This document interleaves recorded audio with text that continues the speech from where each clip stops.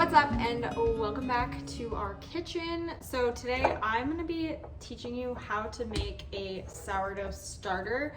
So I know there's a ton of stuff on the internet about like making sourdough bread or like how to feed your starter, but there's nothing, I mean there's some stuff, but there's not a lot on actually making a starter. I know most people get their starter from other people, which is cool, but if you were like me, I didn't necessarily want to ask somebody, and also I didn't have a ton of people that I could ask for it, so I didn't want to buy any, and it's way easier than I feel like people lead on. For some reason it seems like if you don't get it from somebody else, then you like can't do it, and that's just not true. It's like super easy. I don't know why actually most people don't just make their own starter. I've had to like make starter on several occasions. So anyway, it's super easy and I'm gonna show you exactly how to do it. So first things first, we're gonna start off with the things that you're gonna need, which include some sort of jar. So you could do like a mason jar with a lid, or you don't even necessarily need a lid. You can use like cheesecloth or like plastic, or some people I think don't even actually cover theirs. So I just use the lid that comes with it. This was actually a peach jar from a jar, like a set that I got at Costco, and then I've just kept the jars and rip the sticker off. So you're gonna need flour. You can use any kind of flour. Some people recommend like a whole grain flour. I just use all-purpose flour, to be honest, and it does just fine. You're gonna want water, obviously, so just whatever, your tap water is fine. And then some sort of kitchen scale. I just have this little one. A big one's probably more ideal for other things, but this little one does just fine for me. And then you are going to want probably, I mean, you really don't, this isn't like a must-have, but I do have this like little rubber spatula that I do like for mixing my starter and for just scraping down the sides of it. And then I also use this little ladle thing for like feeding my starter versus like a spoon. This just feels easier. And then a rubber band could be like an extra thing that you use just to track when your starter starts to rise and stuff when you're feeding it. But it's not a total must-have, but it's sometimes just proof that it's working. So that's pretty much it. So pretty easy. So we're gonna go ahead and get started on how to make this. It's very quick. I was a little scared to start sourdough. I feel like I want to start off by saying that. I was super intimidated by it. I didn't do it for a long time because it just felt very like math-ish and like just lots of numbers, and it just felt really complicated and scary. But now that I've been doing it for a while, I've realized that it's not actually as precise as I let it on to be in my brain. You don't have to be super specific, or at least I'm not, and my bread still tastes really good.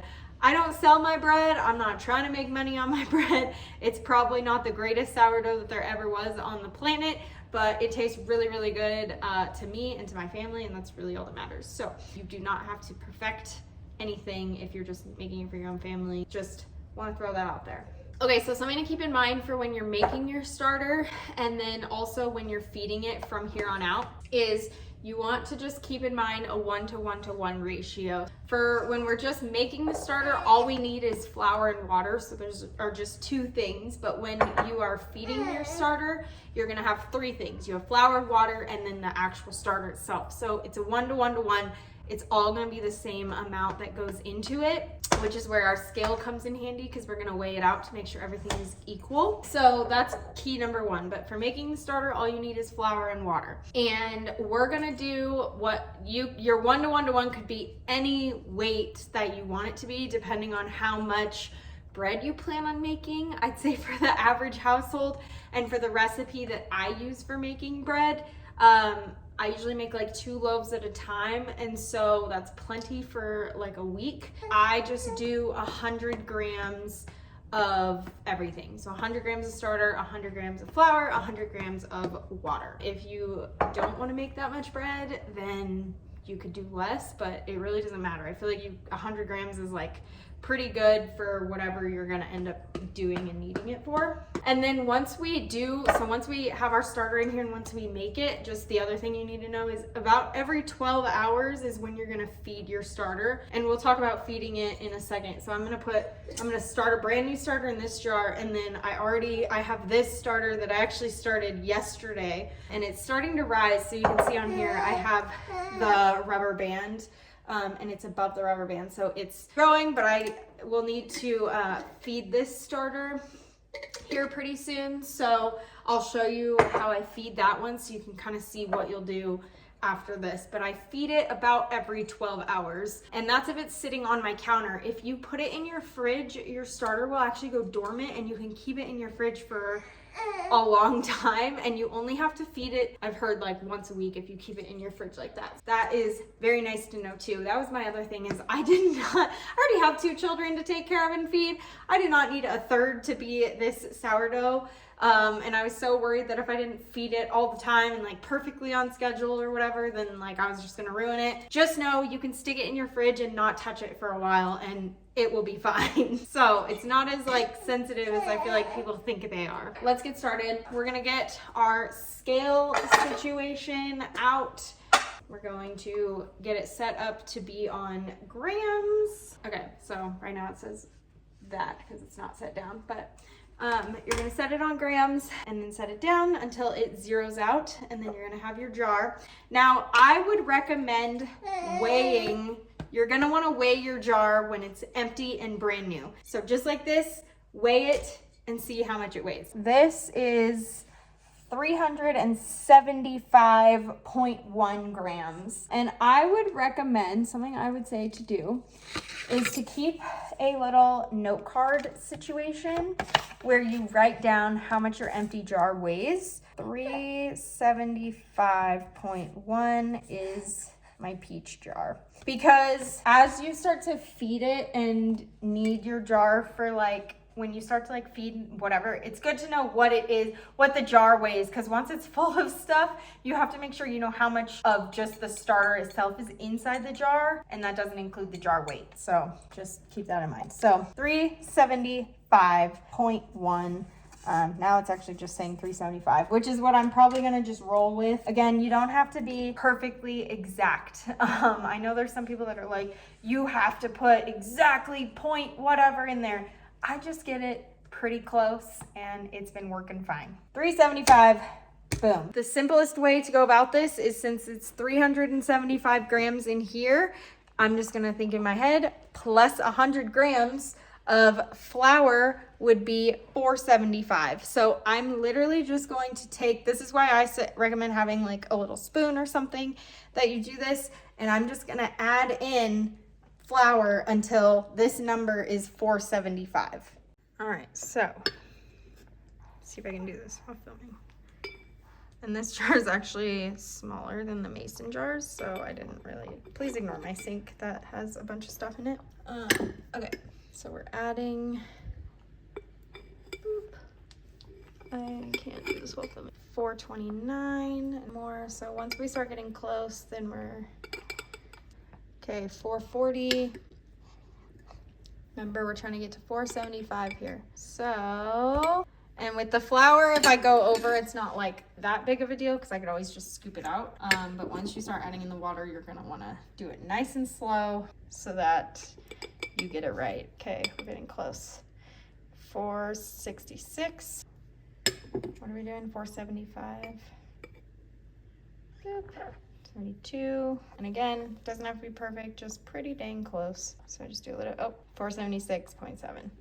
And we're just gonna call it good because it's pretty dang close. Flour is now in here, so now we need to add water. So when you're adding the water, you're doing the same thing I just did with the flour, but now the weight of the whole jar plus this is 475 grams. So plus another 100 grams of water would be 575. So that is the number that I'm looking for my scale to hit, 575 when I add in the water. I would recommend putting your water in like something that you can pour it into, such as this. Just makes it a little bit easier. I'm just gonna fill this up and then start pouring. And then I'll just stop periodically to see where we're at. So that's 560-ish. So then I'm just gonna do a little bit at a time because we're getting pretty close. 576, that last little pour did it. Okay, and that's it. So once you have your flour and your water, you could take a spoon or whatever you have. Like I said, this is where I like my spatula, and you're just gonna mix it all together. So you're just gonna give that a nice, good mix. Keep in mind, your jar is not gonna stay pretty for very long, so don't be worried about getting the sides all messed up. You want that to be very well mixed together. Now, something to keep in mind is when you're starting a starter from scratch like this, one, also make sure, sometimes I feel like the flour at the very bottom gets like stuck and you don't always realize that it's not getting mixed in. So make sure you're like scraping clean the very, very bottom of your jar so all the flour in there gets nice and mixed in. Now, when you're starting it from scratch, you're not probably going to notice it bubbling up, you know, right away. Like it might take a couple days to start bubbling like the other one that I'm going to show you that I started. But I did start that one yesterday, I think. So, and it is starting to bubble up. It's not bubbling up a ton yet, but eventually, like you'll notice, like once you really get your starter going, it'll bubble up a lot and there will be no question.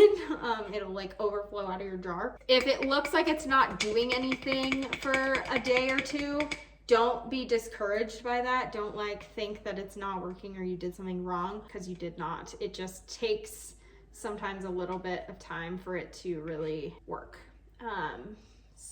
Okay, so then once I get it all nice and mixed together, I'm just gonna scrape the stuff off the jar.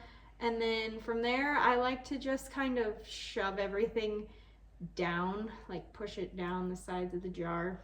And that is pretty much it. So from this point on, I would just stick, I need to go get one, but I would just put a rubber band around the jar right where the starter is. And that way in the future, you can see it going up and down. There's not really like a reason why you need to do that other than it's just kind of fun to know that it's working. I'm just gonna leave this out on my counter. Now with the lid for the jar, you don't wanna screw it on tight because air does need to get in here for this to get like the bacteria in the air to actually do the fermenting process or whatever it's called that it's actually doing.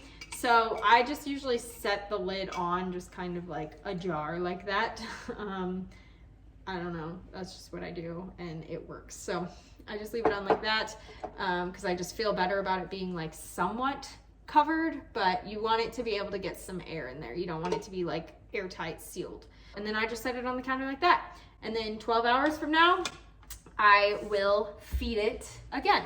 And then you will get after a few feedings, you will get something. This is probably like on feeding 3 or 4, 3.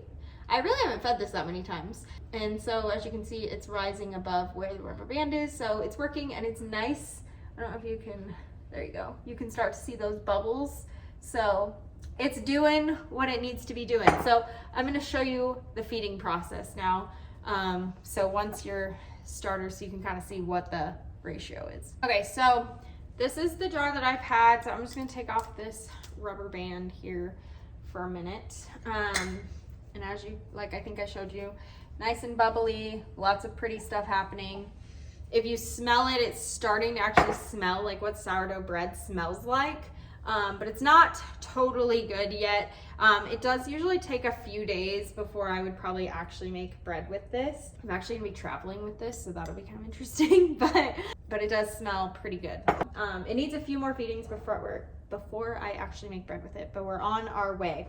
I'm gonna look at my note card, and I wrote down that this is a ball jar and it's 438 grams, the empty jar. I'm gonna get out my scale and I'm gonna weigh it with all of this stuff in here. And with everything in there, it's 731 grams. So I want to bring it down to, so if the jar is 438 grams, then 538 grams would be the jar plus 100 grams of starter. So I need to get approximately 200 grams of starter out of here. If you feel bad about just like tossing all of this stuff and throwing it away, you don't have to. You can either do that, you can just get rid of it and discard it and add more, or you can save your discard and actually make stuff with your discards. You can do like pancakes or muffins or whatever. I'm not gonna do that right now because ain't nobody got time for that. I am just going to scoop it out. I'm gonna keep it on my scale, scoop it out with my spoon. You're gonna see probably that it's like kind of this rubbery texture, and it's just so fun. I don't know, there's just something really fun about that to me. So I'm literally just gonna throw this away. I just don't feel like it's the right, it hasn't been fed enough for me to use this discard yet. Maybe it has, I don't know. Okay, so that's now 660. My goal is 538. Okay, take another chunk of that. 607. Okay, 607, again, 538 to go here. 572. Okay, so that one was 534, so I'm actually gonna just drop like a chunk of that in there. And to be honest, you could really make it, again, doesn't have to be totally perfect. What's that? 554?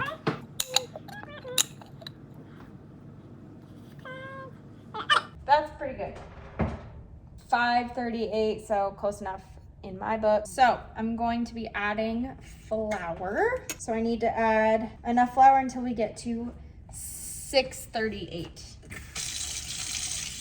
Okay, so 638 with flour in it, because that would be another 100 grams. I also recommend keeping this flour on your counter, like in a little jar. It's so much easier than having to go get it out of a bag. 638 is the goal. So that is 587. Okay, so again, so that's 605, 615-ish. And it goes really fast, just 631, 4, 5, 7, 637.9. So pretty dang close. Oh, 38, we did it. So that was the goal. So we're gonna leave that just like that. And then again with the water. So from now we're gonna go to 738 with water. 720?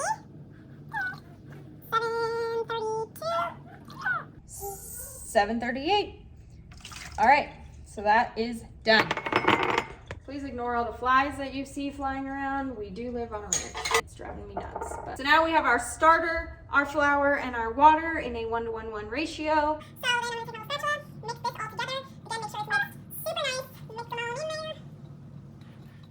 And you want to make sure it's going to be like pretty thick. But you want to make sure you get everything super good and stir it around.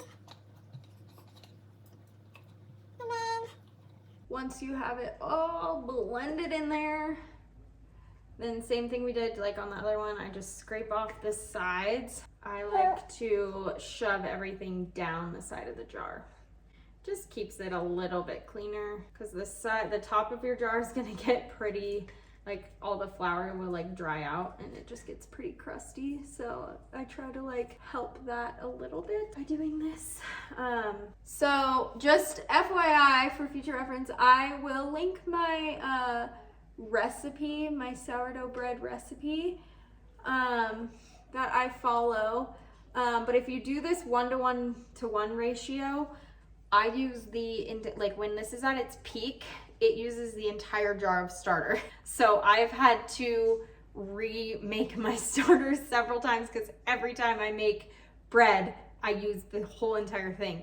So it would potentially be worth it to make 2 jars so that you don't have to, like you'll always have some, or to make your 1-to-1 ratio not 100 grams. You might actually want to consider doing 150 or something if you follow my recipe, just because you might use all of it. Okay, so that's all mixed together. That's it. So I need to put my rubber band back on. The line is, you can watch it grow, and that's always so fun. So there we go, that's it. And then I just leave the lid kind of tilted on so you can still, it gets air. And that's it. That's literally all I do. And that's it. Yeah, then from there you make your bread. So I hope you guys found this video helpful. I know that might have been a lot more talking than you were looking for, but I hope that makes you feel better about your starter, and that it's not that complicated to make. It's very easy. You don't have to be precise. And you can make some really great bread. So let me know down in the comments if this was helpful, what videos you'd like to see next, and make sure to subscribe, and I'll see you in the next one. Bye.